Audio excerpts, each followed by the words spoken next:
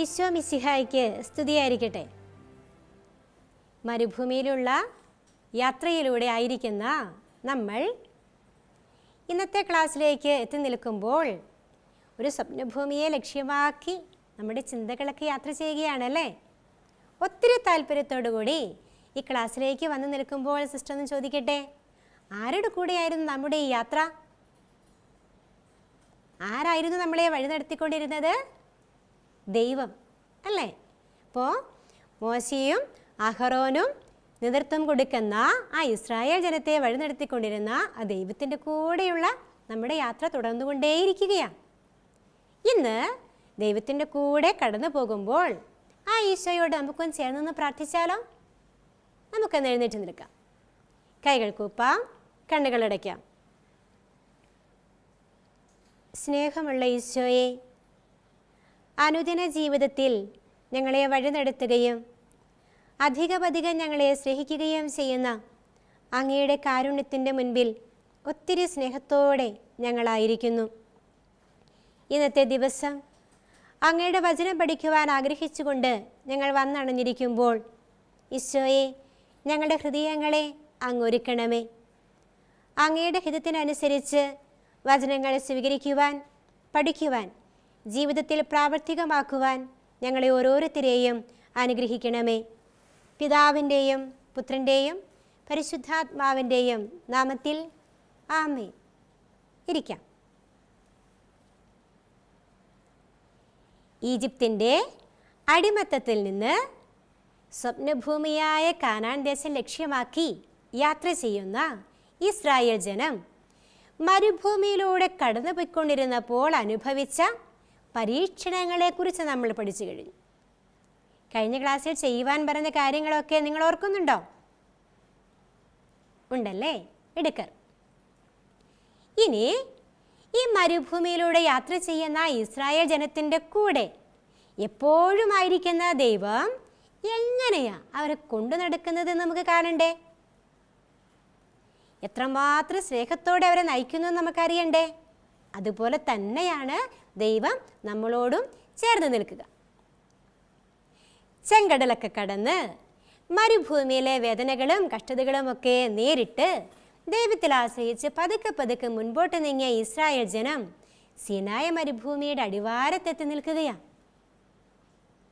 ഈ സീനായ മരുഭൂമിയുടെ അടിവാരത്തെത്തിയപ്പോൾ ദൈവം നേതാവിനെ വിളിച്ചു, മോശേ. ഒരു പ്രത്യേക കാര്യം ഏൽപ്പിക്കാൻ വേണ്ടിയിട്ടാണ് മോശയെ അവരുടെ ഇടയിൽ നിന്ന് വിളിച്ചു കൊണ്ടുപോവുക. പിന്നെയോ ദൈവവും മോശയും തമ്മിലുള്ള സ്നേഹ സംഭാഷണമായി. കൂട്ടുകാരെ തമ്മിൽ വർത്തമാനം പറയുന്നത് പോലെ. അങ്ങനെ ഇരുന്ന് കഴിഞ്ഞപ്പോൾ മോശയ്ക്ക് ദൈവം കൊടുക്കുന്ന വലിയൊരു സമ്മാനമുണ്ട്. അതിനെ ഹൃദയത്തോട് ചേർത്ത് പിടിക്കുന്ന ഇസ്രായേൽ ജനമുണ്ട്. ആ ഒരു ദൃശ്യം നമുക്കൊരു ചെറിയ വീഡിയോയിലൂടെ കണ്ടു നോക്കിയാലോ?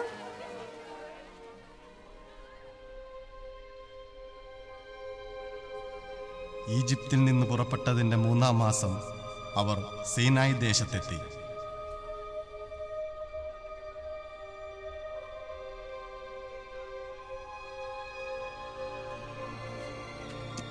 സീനായി മലയിൽ വെച്ച് ദൈവം തൻ്റെ ജനത്തിന് പ്രത്യക്ഷപ്പെട്ടു.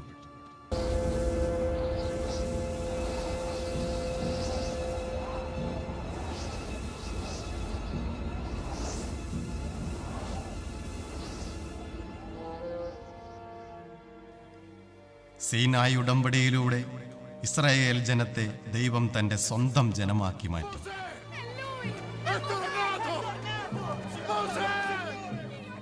ഉടമ്പടി അനുസരിച്ച് ജീവിക്കുന്നതിനായി ദൈവം 10 പ്രമാണങ്ങൾ കൽഫലകങ്ങളിൽ നൽകി.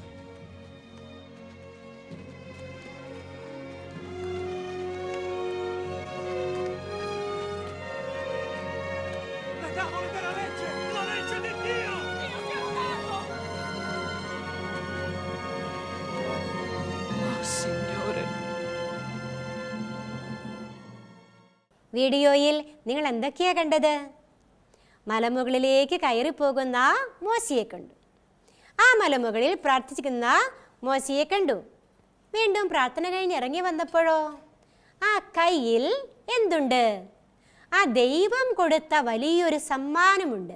അതാണ് കൽപ്പനകൾ എന്ന് പറയുക. ഇപ്പം ഇവിടെ സീനായി മലയിൽ ഒരു വലിയ ഉടമ്പടി എന്ന് പറഞ്ഞാൽ ഒരു വാഗ്ദാനം ഇവിടെ ചെയ്യുകയാണ്. എങ്ങനെ? ആ വാഗ്ദാനത്തിൻ്റെ പൊരുൾ, ചുരുക്കത്തിൽ അതിൻ്റെ പൊരുൾ എന്താണെന്ന് ഇവിടെ പറഞ്ഞു വയ്ക്കുകയാണ്. നിങ്ങൾ എൻ്റെ വാക്കു കേൾക്കുകയും എൻ്റെ ഉടമ്പടി പാലിക്കുകയും ചെയ്താൽ നിങ്ങൾ എല്ലാ ജനങ്ങളിലും വെച്ച് എനിക്ക് ഏറ്റവും പ്രിയപ്പെട്ട എൻ്റെ സ്വന്തം ജനമായിരിക്കും. ആ വാക്കിൽ ഓരോ അർത്ഥമൊന്ന് കേട്ട് നോക്കിക്കേ. നിങ്ങൾ എൻ്റെ വാക്കു കേൾക്കുകയും എൻ്റെ ഉടമ്പടി പാലിക്കുകയും ചെയ്താൽ നിങ്ങൾ എല്ലാ ജനങ്ങളിലും വെച്ച് എനിക്ക് ഏറ്റവും പ്രിയപ്പെട്ട എൻ്റെ സ്വന്തം ജനമായിരിക്കും. ദൈവം തൻ്റെ ഹൃദയത്തോട് ചേർത്ത് പിടിക്കുന്നൊരനുഭവം അല്ലേ? മോശ ദൈവം അറിയിച്ച കാര്യങ്ങളെല്ലാം ജനത്തെ അറിയിച്ചു കഴിയുമ്പോൾ, ഇസ്രായേൽ ജനത്തെ അറിയിച്ചു കഴിഞ്ഞപ്പോൾ ഇസ്രായേൽ ജനം ഒന്നടങ്കം അത് സ്വീകരിക്കുകയാണ്. കർത്താവ് കൽപ്പിച്ചതെല്ലാം ഞങ്ങൾ അനുസരിച്ചു കൊള്ളാം ഏറ്റുപറയുകയാണ്. അങ്ങനെ ഏറ്റുപറഞ്ഞ് ദൈവവുമായി ഒരു ഉടമ്പടി പാലിച്ചു കഴിഞ്ഞപ്പോൾ ദൈവം എന്ത് ചെയ്തു? അതിനൊരു അടയാളമായി നൽകിയതാണ് നമ്മുടെ ഈ കൽപ്പനകൾ. ഓർത്തു വയ്ക്കണം, സീനായി മലയിൽ ദൈവം തൻ്റെ സ്വന്തം ജനമായ ഇസ്രായേൽ ജനത്തോട് ചെയ്ത ഉടമ്പടിയുടെ അടയാളമാണ് ദൈവം അവർക്ക് നൽകുന്ന കൽപ്പനകൾ. ഉടമ്പടിയുടെ അടയാളമാണ് കൽപ്പനകൾ. നോക്കിക്കേ, ഈ മരുഭൂമി യാത്രയിലൂടെ കടന്നു പോകുമ്പോഴെല്ലാം മോശ പാളയത്തിന് പുറത്ത് ഒരു ചെറിയ കൂടാരമുണ്ടാക്കുമായിരുന്നു. ആ ചെറിയ കൂടാരം എന്തിനു വേണ്ടിയിട്ടാണെന്ന് അറിയണ്ടേ? പ്രാർത്ഥിക്കുവാൻ, ദൈവത്തോട് സംഭാഷണം നടത്തുവാൻ. ആ കൂടാരത്തിന് മോശ ഒരു പേരിട്ടു. എന്താണെന്നോ? സമാഗമ കൂടാരം എന്ന് പറഞ്ഞു നോക്കിക്കേ. എന്താണ്? സമാഗമ കൂടാരം. കേട്ടിട്ടുണ്ടോ ഈ വാക്കൊക്കെ? ഇതിന് മറ്റൊരു പുതിയ അർത്ഥം ജസ്റ്റ് പറഞ്ഞു തരാം കേട്ടോ. സമാഗമ കൂടാരം. ഈ കൂടാരത്തിനൊരു പ്രത്യേകതയുണ്ട്. ഈ കൂടാരത്തിൽ മോശ പ്രവേശിക്കുമ്പോൾ ജനങ്ങളെല്ലാം ചുറ്റും നിന്ന് നോക്കും. മോശ എന്ത് ചെയ്യുവാനാണ് ആ കൂടാരത്തിൽ പ്രവേശിക്കുക എന്ന്.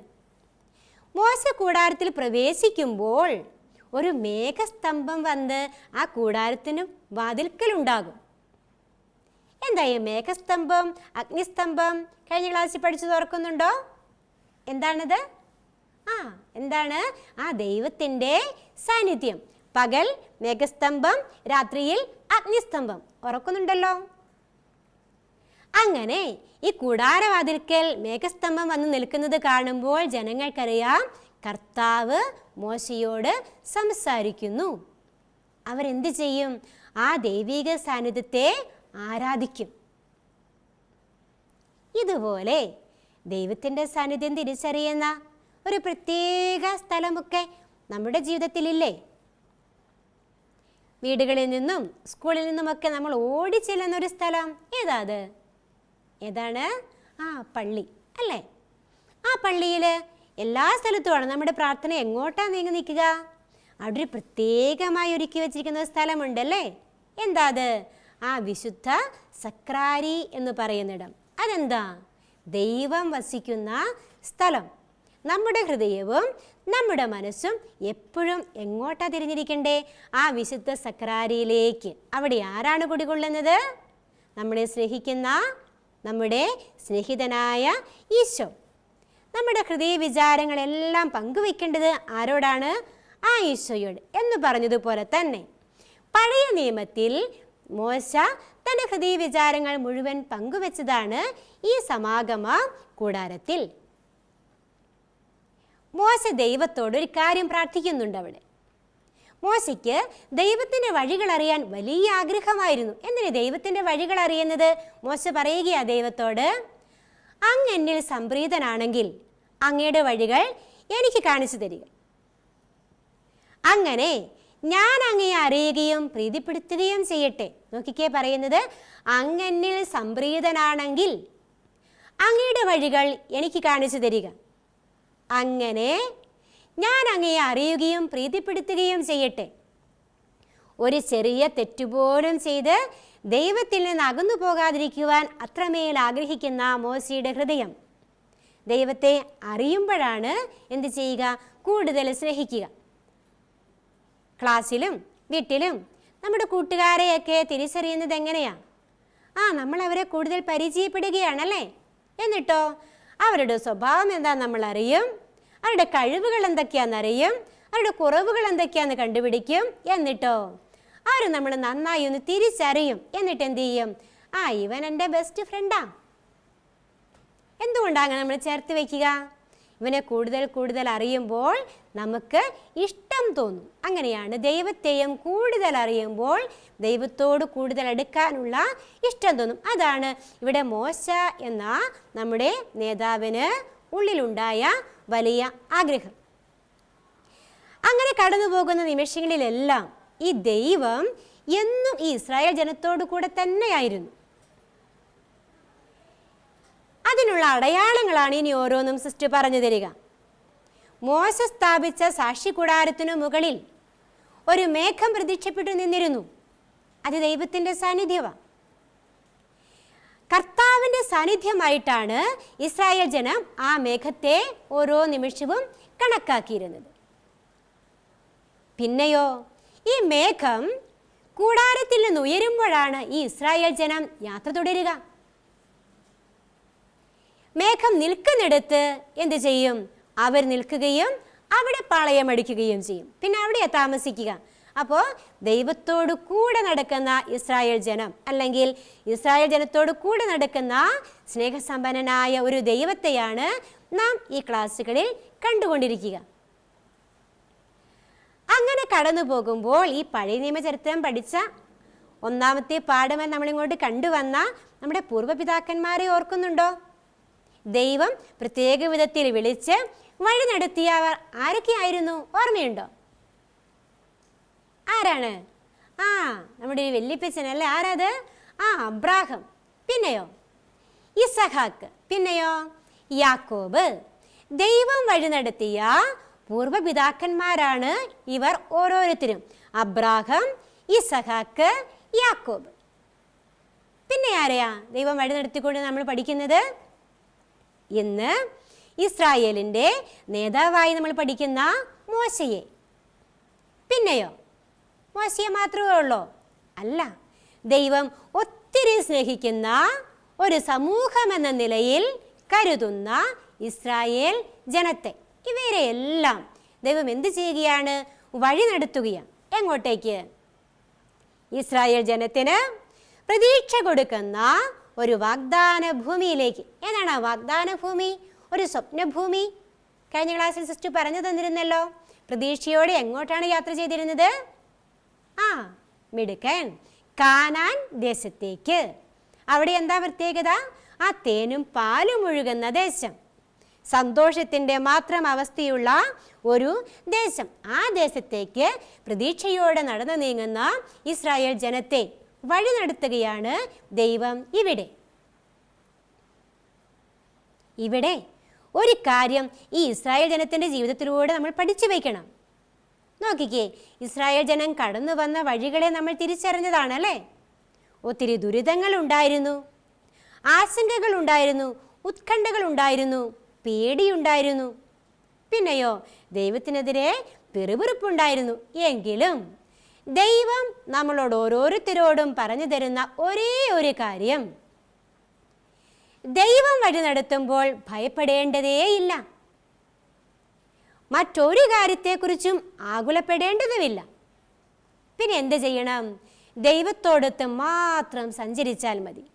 ദൈവത്തോടൊത്ത് സഞ്ചരിച്ചാൽ മാത്രം മതി. ഒന്ന് ഓർത്ത് നോക്കിക്കേ, എന്താ നമ്മൾ ഈ ഇസ്രായേൽ ജനത്തിൻ്റെ ചരിത്രത്തിലൂടെ പഠിക്കുക? ദൈവം വഴി നടത്തുമ്പോൾ ഒന്നും ഭയപ്പെടേണ്ടതില്ല, മറ്റൊരു കാര്യത്തെക്കുറിച്ചും ആകുലപ്പെടേണ്ടതുമില്ല. പിന്നെയോ ദൈവത്തോടൊത്ത് സഞ്ചരിച്ചാൽ മാത്രം മതി. ബാക്കിയെല്ലാം ആരാണ് നോക്കുക? ദൈവം തന്നെ നോക്കിക്കോളും. കാരണം എന്താ? നമ്മൾ ആരുടെ കൂടെയാണ്? ദൈവത്തിൻ്റെ കൂടെയാണ്. ഓർത്തു നോക്കിക്കേ, കടയിലൊക്കെ സാധനങ്ങൾ മേടിക്കാൻ നമ്മൾ പപ്പമാരുടെ കൂടെ പോവാറില്ലേ? നമ്മൾ പപ്പേനെയാണ് നോക്കുന്നത്, പപ്പ നമ്മളെയാണ് നോക്കുന്നത്. നമുക്ക് പേടിയുണ്ടോ? ഇല്ല അല്ലേ? എന്തുകൊണ്ടാണ് പേടിയില്ലാത്തേ? നമ്മളെ സ്നേഹിക്കുന്ന, നമ്മളെ കൊണ്ട് നടക്കുന്ന, നമ്മളെ ശ്രദ്ധിക്കുന്ന, നമുക്ക് വേണ്ടതെല്ലാം മേടിച്ചു തരുന്ന, നാം സ്നേഹിക്കുന്ന നമ്മുടെ പപ്പ നമ്മുടെ കൂടെയുണ്ട്. അതേ അനുഭവമാണ് ഈ ഇസ്രായേൽ ജനവും ദൈവത്തിൻ്റെ കൂടെ നടക്കുമ്പോഴുണ്ടായിരുന്നത്. നമ്മളും ഓർക്കണം, നമ്മുടെ ജീവിതത്തിലും നാം എപ്പോഴും ചേർന്ന് നിൽക്കേണ്ടത് ആരോടാണ്? ഈ ദൈവത്തോടാണ്. ദൈവത്തോട് ചേർന്ന് നിന്നാൽ മറ്റെന്തെങ്കിലും പേടിക്കേണ്ടതായിട്ടുണ്ടോ? ഇല്ല അല്ലേ? ഇങ്ങനെ കടന്നു പോകുമ്പോൾ ഇന്ന് ജീവിക്കുന്ന നമ്മളുടെ അടുത്തേക്ക് എത്തി നിൽക്കുകയാണ്. പഴയ നിയമത്തിൽ ഒരു ഇസ്രായേൽ ജനതയെ മോശ നയിച്ചുവെങ്കിൽ ഇന്നത്തെ ഒരു ഇസ്രായേൽ ജനമാണ് നമ്മൾ. ആര്? ഈ സഭ. സഭയിലെ മക്കളായ നമ്മൾ ഓരോരുത്തരും. ഈ സഭയ്ക്കൊരു പേരുണ്ട്, തീർത്ഥാടകയായ സഭ. ഈ സഭ നമ്മളെ എങ്ങോട്ടാണ് നയിക്കുക? ഇസ്രായേൽ ജനത്തിന് കാനാൻ ദേശം അവരുടെ പ്രതീക്ഷയുടെ വാഗ്ദാനമായിരുന്നുവെങ്കിൽ, വാഗ്ദാന ഭൂമിയായിരുന്നുവെങ്കിൽ, ഈ തീർത്ഥാടക സഭയായ പുതിയ നിയമ ഇസ്രായേലായ നമ്മുടെ വാഗ്ദാന ഭൂമി ഏതാണ്?